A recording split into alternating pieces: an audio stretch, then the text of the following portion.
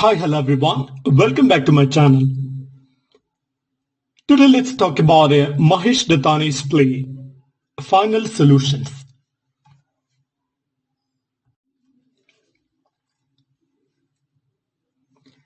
Final Solutions, 1993.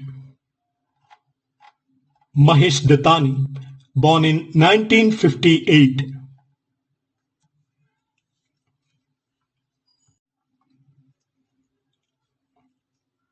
Final Solutions 1993 is perhaps Mahesh Dattani's most celebrated play. This work explores communal tension between Hindus and Muslims in post-independence India. Set in a contemporary unnamed Indian town, the play dissects how historical mistrust, personal trauma, and a political rhetoric fuel religious hatred. Dattani uses chorus figures or masks to represent the communal subconscious of society. Mahesh Dattani does not offer a clean ending in this play because there are no clean answers. The play's complex characters, shifting timelines, and an interrogative structure invite the audience to reflect on the ways communalism infiltrates even the most intimate spaces of home and memory. First performance. Staged in 1993 by the Indian People's Theatre Association (IPTA) in Mumbai. Another play is published in his collected plays 2000.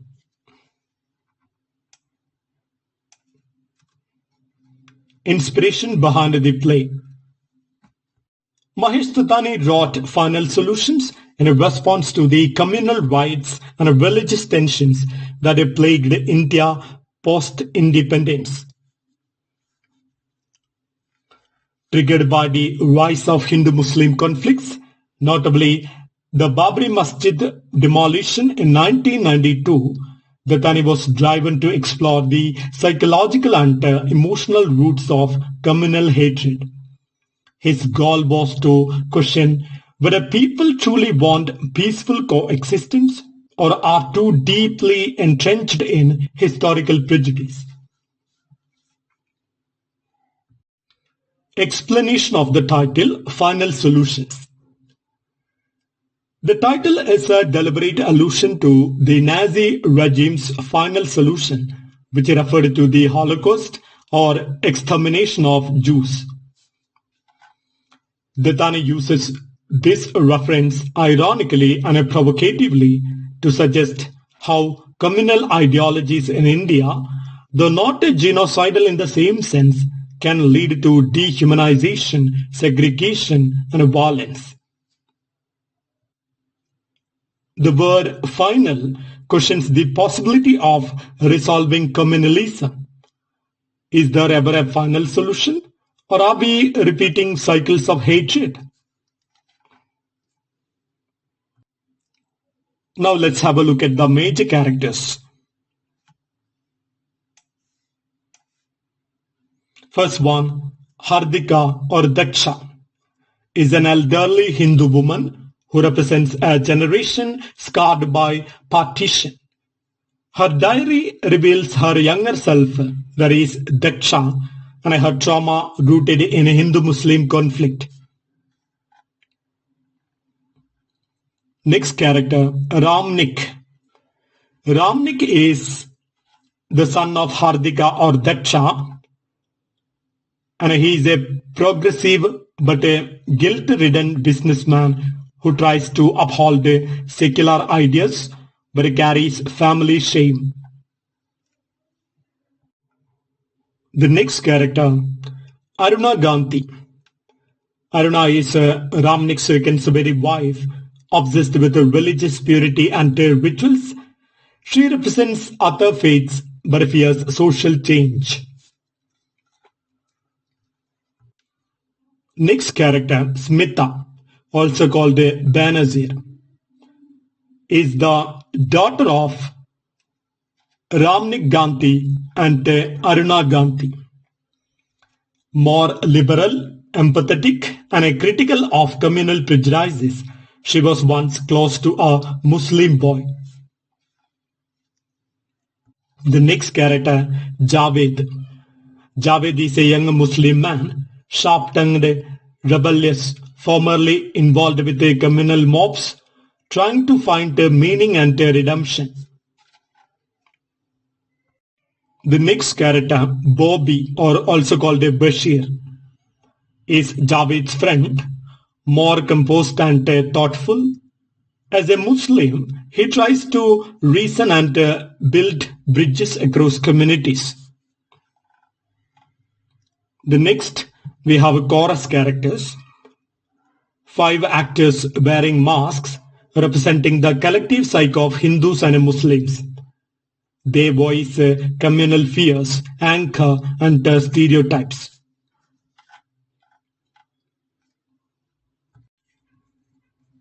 Now let's analyze the structure and the divisions in the play. The play is structured in 2 acts and spans across 3 temporal layers. The first layer, we have the present, there is main plot line, where Javed and Bobby taking shelter in the Gandhi household during a communal riot. Then the second layer, that is the recent past, where Smita's past relationship and tensions in the family. The third layer is the distant past, that is Hardika's memories as Daksha during partition. So just remember Hardika and Daksha. These are the names of the same person. So each of these interacts fluidly. The stage shifts seamlessly between past and present, using lighting and a set design to indicate transitions. The chorus interjects between scenes to express the inner fears and a conditioning of both the communities. Now the act-wise detailed summary. Act first. The play opens with a communal riots outside, a Muslim procession and a Hindu crowd clash. During the violence, Javed and Bobby, 2 young Muslim men, seek refuge in the house of Ramnik Gandhi, a middle-class Hindu businessman. Ramnik, appearing liberal and compassionate, brings the boys home to protect them despite his wife Aruna's hostility. Smita, the daughter, recognizes one of the boys, Javed, as someone she knew from her friends. The chorus and its dual masks reflects the suspicions each community harbors.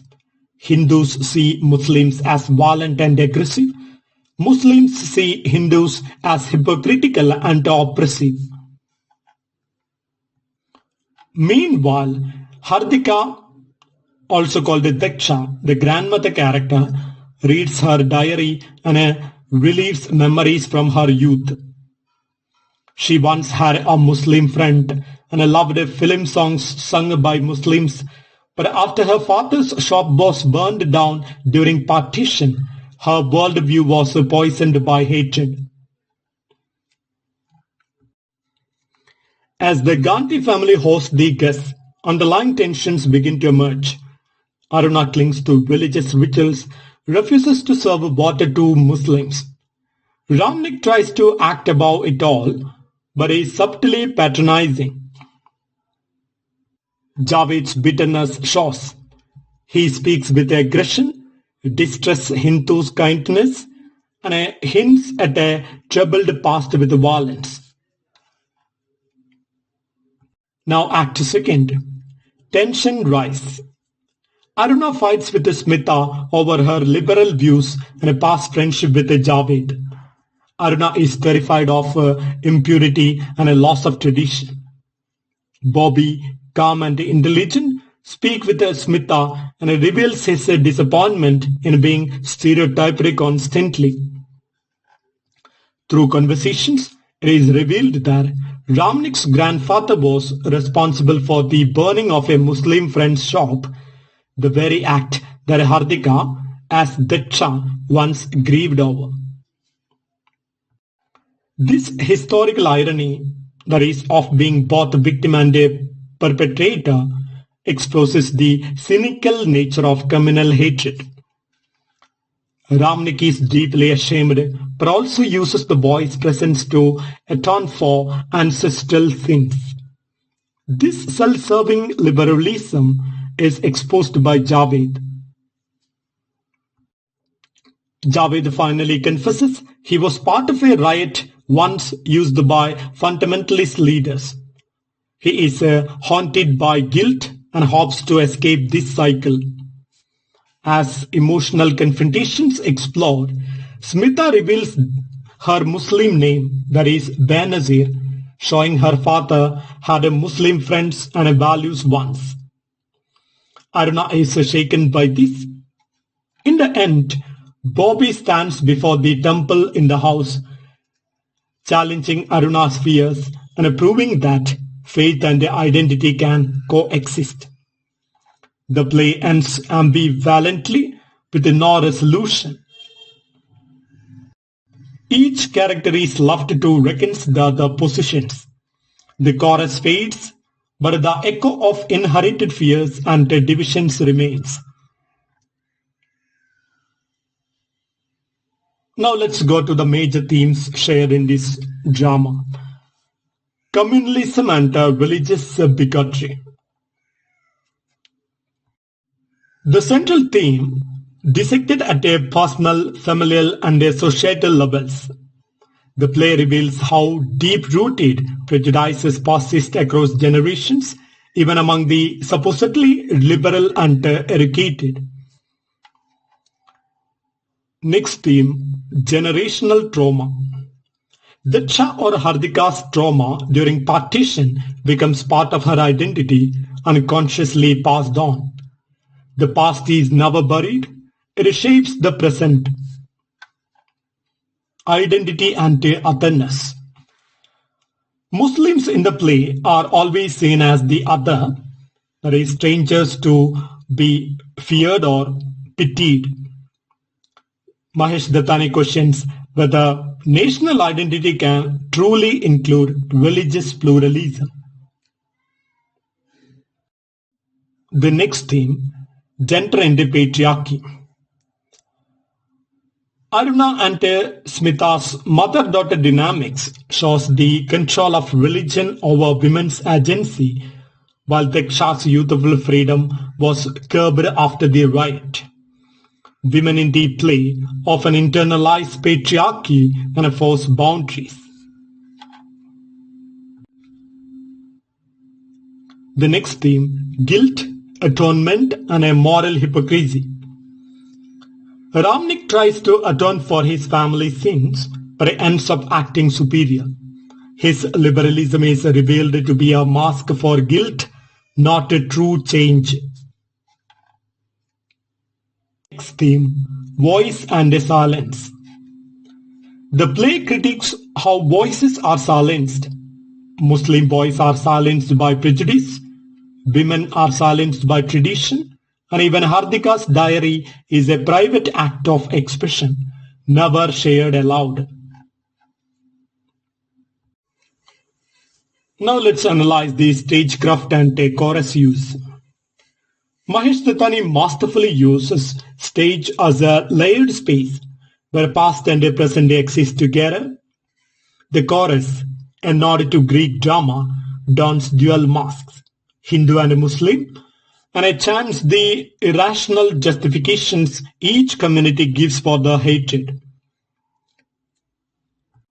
This breaks the fourth wall and forces the audience to confront their own biases. Now let's analyze the main chords. First one. Communal hatred is like a fire. Once it spreads, it consumes everything.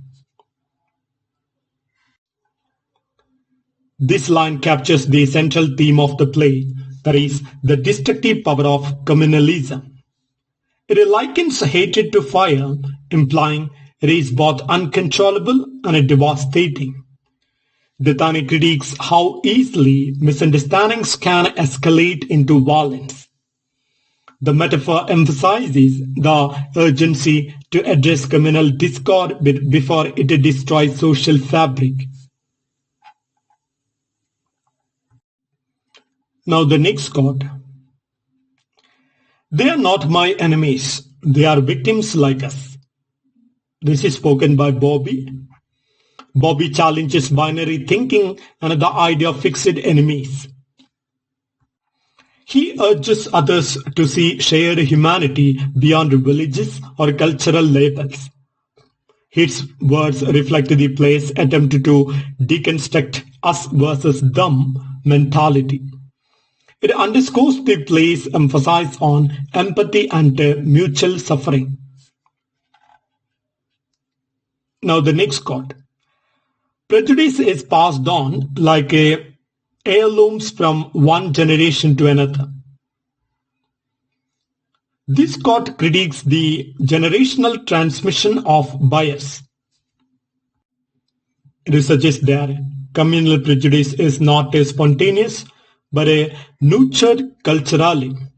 The metaphor of heirlooms gives a bitter irony, passing hate like one passes down valuables. Dattani implies a need for conscious effort to break this cycle. Now the next quote. I've done my duty, my family comes first. Spoken by Ramnik Gandhi. Ramnik's statement reveals the conflict between personal integrity and familial loyalty. It suggests a resignation to societal expectations over moral courage. This conflict is central to his character arc, where he grapples with his legacy and the truth about his family's role in past injustices. It reflects the play's concern with ethical responsibility in a communal context. Now the next quote. I wanted to be free from all this fear. It is spoken by Smita. Smita voices the inner turmoil of the younger generation caught in a web of inherited prejudices. Her yearning for freedom from fear speaks to the psychological cost of communal tensions. It highlights her desire to break away from traditional mindsets. Dattani portrays Smita as a symbol of hope for progressive change. Now the next quote. Your truth is not my truth. It is spoken by Bobby. This line encapsulates the theme of subjective truth and identity. Bobby's rejection of imposed truths underlines the conflict between individual experiences and collective assumptions. Dattani suggests that communal identities often mask personal narratives. The play challenges rigid notions of religious and cultural essentialism. Now the next quote. We are not welcome anywhere. Spoken by Javed. Javed's line expresses the alienation felt by minorities in a hostile majority culture. It conveys the pain of exclusion and societal rejection. This line is pivotal in understanding Javed's bitterness and a subsequent transmission. Dattani explores how such marginalization fuels a cycle of resentment and reaction. Now the next quote. Do you think prayer can wipe out guilt? It is spoken by Hartika or Daksha. Hartika's question reveals her unresolved trauma from the past. She equates religious rituals with a failed attempt at atonement. This reflects the play's skepticism about a performative religiosity without a real moral introspection. It deepens her character as one haunted by memories and torn between resentment and reflection.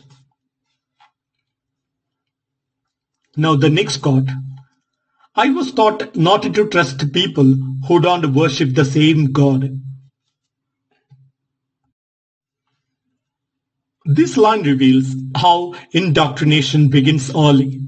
It shows how divisions are sown through education and social conditioning. The speaker's realization carries a tone of regret and awakening. Dattani uses such lines to expose how prejudice is normalized in everyday life. Now the next quote. Even gods need to be protected sometimes. Spoken by Ramnik Gandhi. This ironic statement critiques the fragility of religious sentiments. Ramnik implies that human beings often use religion as a weapon, needing to protect their version of God. The line reflects how faith becomes entangled with fear and control. Dattani satirizes the misuse of religion for communal ends. The next quote. Is it wrong to want peace? This is spoken by Smita. Smita's simple yet profound question challenges the justifications for communal hostility. It highlights her innocence as well as her emotional exhaustion. She becomes the voice of reason and reconciliation in the play. Her desire underscores the generational divide between inherited hatred and the hope for coexistence. Now the next quote. Your silence makes you an accomplice. This line underscores the theme of moral responsibility. Dattani challenges the notion that neutrality in times of injustice is acceptable. The quote speaks to the guilt of inaction and the passive role society often plays in fueling divisions. It is a call to ethical engagement and accountability. Next quote. I am more than my religion.